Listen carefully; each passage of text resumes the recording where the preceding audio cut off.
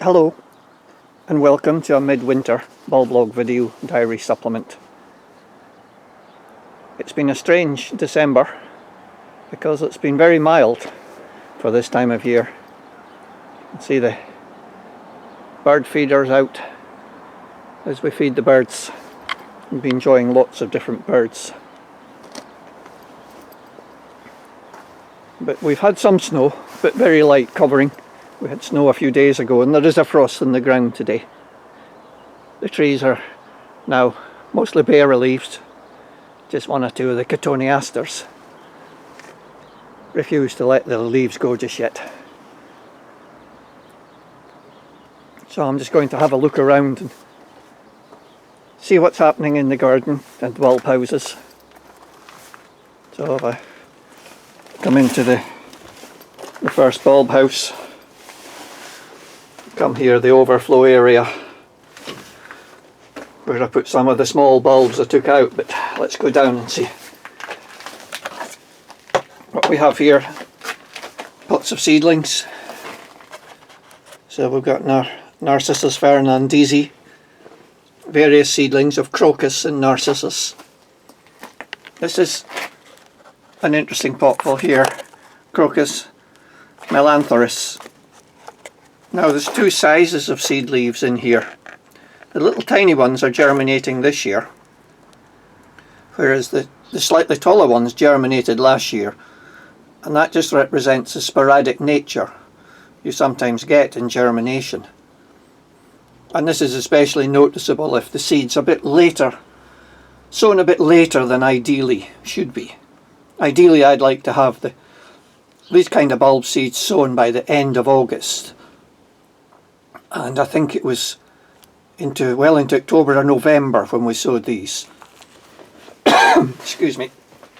Another interesting thing I'll just share with you. This is a pot of Narcissus bulbs that late in the year I illustrated it in my weekly bulb log, and I think it was September or October, or maybe just, yeah, about then.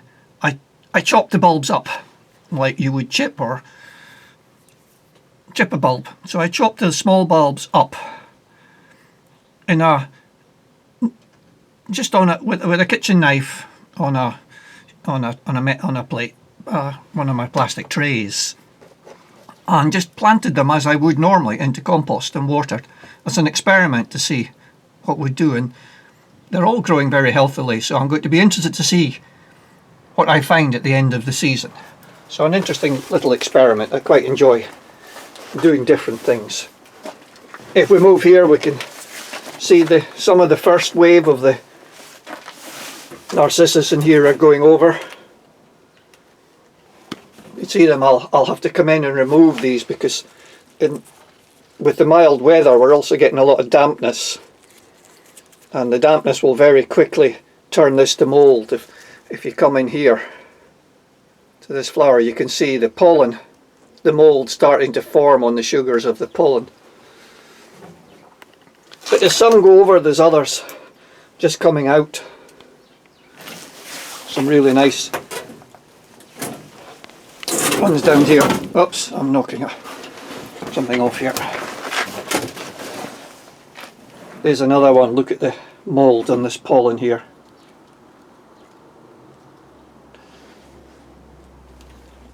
But more yellows, more of the intense yellows coming out.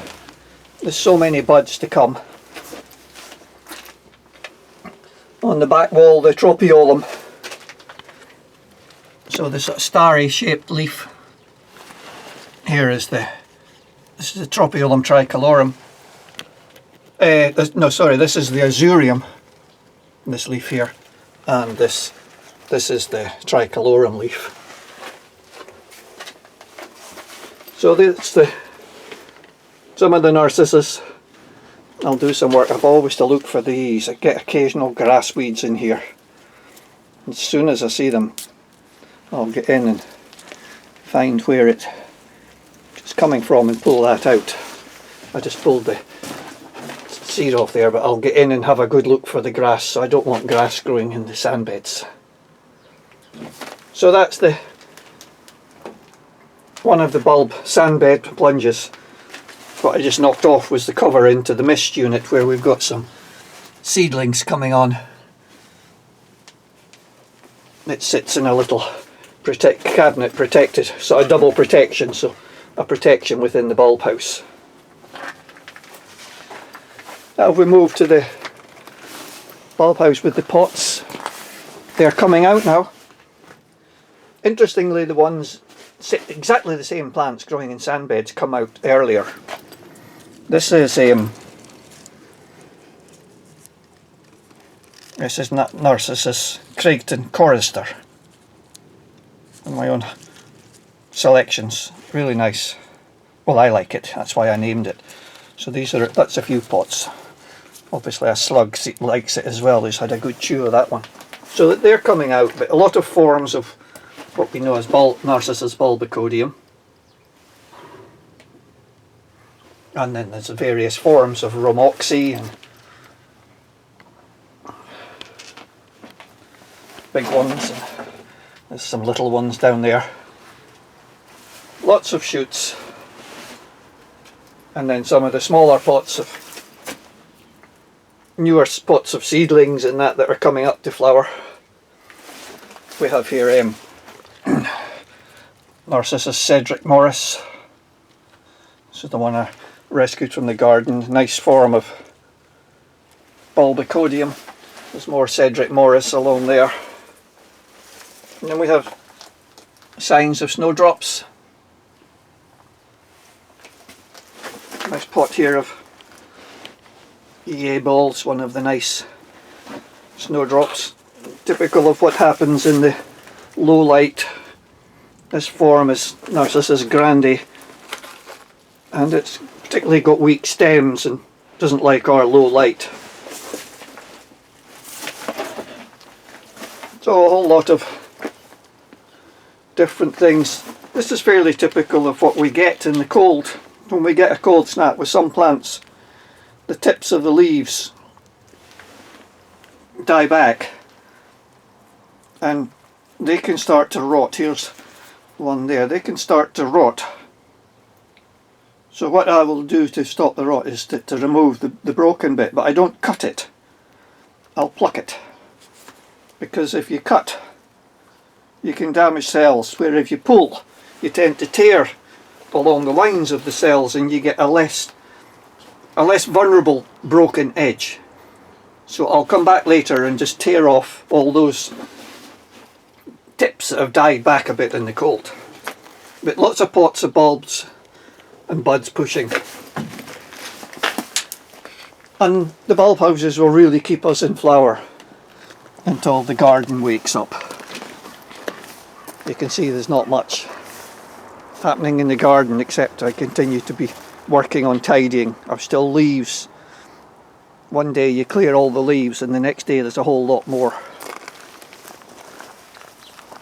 Down in the frost we've got cyclamen comb coming. They're just starting to come now. Let's move around I'm coming around to a frame. Round in the frame. I come down. Right down here. Can you see that's Aranthus pinnatifida coming through here, and I can see more coming just there. Although these pots at the moment are frozen solid. So these are pots of bulbs that don't mind a completely open frame. We have covers there we can put on if we need to, but they're not often covered. I'll spin round to go into another bulb house. You may notice I don't know when I last shut the doors on the bulb houses. It would only be if we had a very prolonged winter. So this one's waking up now. I haven't got quite the depth, quite the number of the density of Narcissus in here. It's a bit more spaced out and there's lots to come. But a similar sort of scene with the flowers that will flower away and keep us in flower all the way through. Right up until I think there was only 1 month of the year that we didn't manage to have a flower of some kind in here. Oh, that's interesting. It's a tropaeolum. I thought I only planted Tropaeolum azurium on this side, but I'm just looking at this, and that looks like a tricolorum leaf.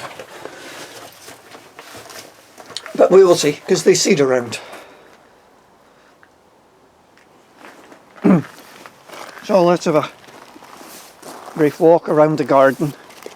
One of the nice things, this is this lovely sort of bun of foliage. That's Corydalis Creighton purple.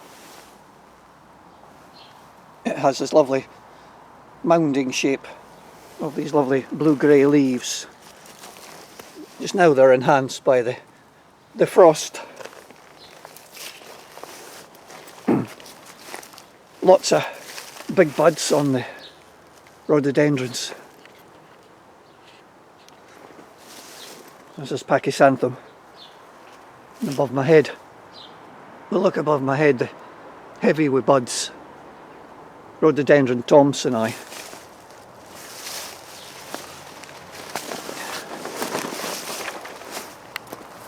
But you can see the leaves I've got to tidy up still. The birds help me. They throw them around. I've tidied this area at least twice already. You can see how look at the blackbirds excavating and digging out my wall, which is a bit annoying because I've got seedlings and little plants of Trillium rivale in there. Look around, you can see the seed heads of alliums. Up in the tree, you can see a pair of wood pigeons. The pine trees do their bit and keep evergreen.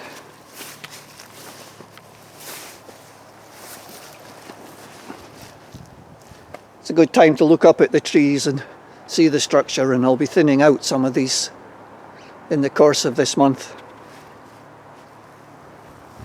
Thin out the canopy a wee bit so we get some light through to the beds below.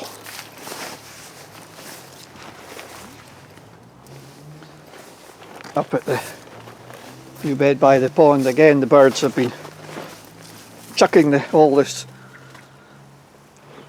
mulch I carefully apply, being chucked about by the birds.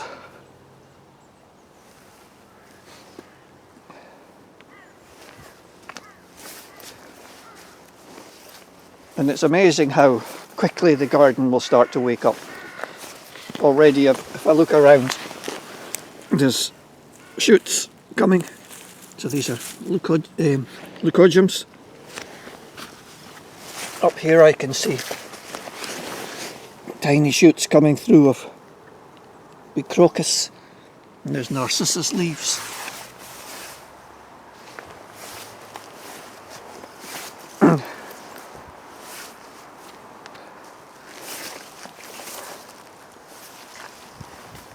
But as the mulch is, you can see the birds have been really digging and throwing. Here's more of the Corydalis. This is Creighton blue. There's snowdrop buds pushing through. Just a mild of December. On the bulb bed here I had to remove the leaves of the hellebores in the last week because the new buds are coming already. You can see everywhere the new buds, but I kind of had to move them because we've also got some of the first snowdrops appearing. And just look at the growth of alliums, galanthus, narcissus. Of course there's colchicum leaves coming through as well, but so much growth. Selmesia machii.